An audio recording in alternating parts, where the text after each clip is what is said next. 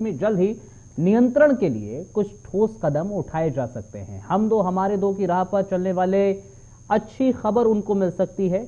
दरअसल देश की सर्वाधिक जनसंख्या वाले राज्य में 2 से अधिक बच्चे वाले अभिभावकों को सरकारी सुविधाओं से वंचित किया जा सकता है। राज्य विधि आयोग ने जनसंख्या नियंत्रण के लिए कानून बनाने का मसौदा तैयार करना शुरू कर दिया है। आयोग के अध्यक्ष न्यायमूर्ति एएन मित्तल से हमारे संवाददाता ने खास बातचीत की है, देखिए जरा। देश में आने वाले दिनों में जनसंख्या नियंत्रण कानून बनकर तैयार होगा और उसे राज्य सरकार लागू भी करेगी। इसकी तैयारी हो रही है और राज्य विधि commission Uttar Pradesh state law commission की तरफ से इसका मसौदा तैयार किया जा रहा है। हमारे साथ ज्यादा बातचीत के लिए हैं स्टेट लॉ कमीशन के चेयरमैन जस्टिस एएन मित्तल साहब। सर, किस तरह का मसौदा तैयार हो रहा है जनसंख्या नियंत्रण कानून के लिए और क्या इसमें कुछ खास प्रारूप होगा इसका? देखिए, जनसंख्या हमारे देश की बहुत बड़ी समस्या है और स्थिति विस्फोटक होती जा रही है। आपने पिछले महीनों में देखा कि देश में ऑक्सीजन की कमी बताई गई, जल स्तर हमारा लगातार गिर रहा है।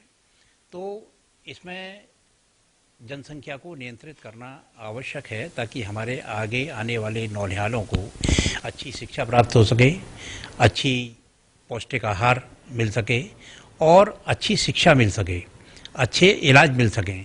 ये तभी होगा जब हम अपने परिवार को हम नियंत्रित रखेंगे। हमारा अभी अध्ययन शुरू हुआ है और हमने इसमें मध्य प्रदेश, राजस्थान और आसाम के कानूनों का अध्ययन किया है। इसके अलावा हमने और देशों की नीतियों को भी देखा है जहां ये जनसंख्या नियंत्रण नीति है। तो अभी ये बात निकल कर के आ रही है कि सरकारी सुविधाओं का लाभ केवल उन व्यक्तियों को दिया जाए जो व्यक्ति स्वेच्छापूर्वक अपना परिवार नियंत्रित कर सकते हैं। मैं यह स्पष्ट कर देना चाहता हूं कि परिवार नियोजन में और जनसंख्या नियंत्रण में बहुत बड़ा अंतर है। परिवार नियोजन आप कह सकते हैं इमरजेंसी के दौरान तत्कालीन सरकार ने एक ऐसी योजना चलाई थी जिसमें जबरन नसबंदी कराने का प्रोग्राम बनाया गया था और जिन व्यक्तियों ने नसबंदी नहीं कराई थी उनको बहुत सी सुविधाओं से वंचित कर दिया गया था। हमारा जो प्रस्ताव होगा वो किसी पर दबाव डालने वाला नहीं होगा, किसी को भ्रमित करने वाला नहीं होगा। केवल इस सीमा तक रहेगा कि जो व्यक्ति अपने परिवार को एक कट ऑफ डेट तक नियंत्रित करता है उस व्यक्ति को सरकारी सुविधाओं का लाभ मिले, बाकी लोगों को सरकारी सुविधाओं का लाभ राज्य सरकार दे या ना दे। तो आपने देखा कि पिछले 1-1.5 महीने में किस प्रकार से अस्पतालों में मारामारी हुई थी, अस्पताल में बेड उपलब्ध नहीं थे, दवाइयों की कालाबाजारी शुरू हो गई थी, इंजेक्शन की कमी शुरू हो गई थी। तो ये सारी व्यवस्था जो है वो बड़ी आबादी को लेकर के है। हालांकि प्रदेश सरकार, जो कि हमारा उत्तर प्रदेश सबसे बड़ी आबादी का एरिया है, प्रदेश है, इसने रिकॉर्ड टाइम में कोरोना जैसी महामारी को नियंत्रित कर लिया और अब उत्तर प्रदेश में केवल 300-250 केसेस पूरे उत्तर प्रदेश में आ रहे हैं, जबकि इसके मुकाबले जो अन्य छोटे राज्य हैं, चाहे वो पश्चिम बंगाल हो, चाहे वो केरल हो, चाहे वो आंध्र प्रदेश हो, चाहे वो तेलंगाना हो, इनमें अभी भी संख्या नियंत्रित नहीं हो पाई है। तो मेरा ये मानना है कि अगर हमारी जनसंख्या सीमित होगी तो निश्चित रूप से इससे जो लोगों को सुविधाएं हैं उनको राज्य सरकार और अच्छी सुविधा प्रदान कर पाएगी।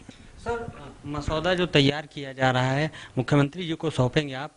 अगर हम मसौदे की बात करते हैं तो जो कानून बनना चाहिए उसमें परिवार में कितने लोग, अब आगे कितने लोग अपने परिवार को, 2 संख्या होगी, 3 होगी, कितनी हो सकती है सर, और किस तरह का मसौदे में प्रस्ताव दिया जा रहा है?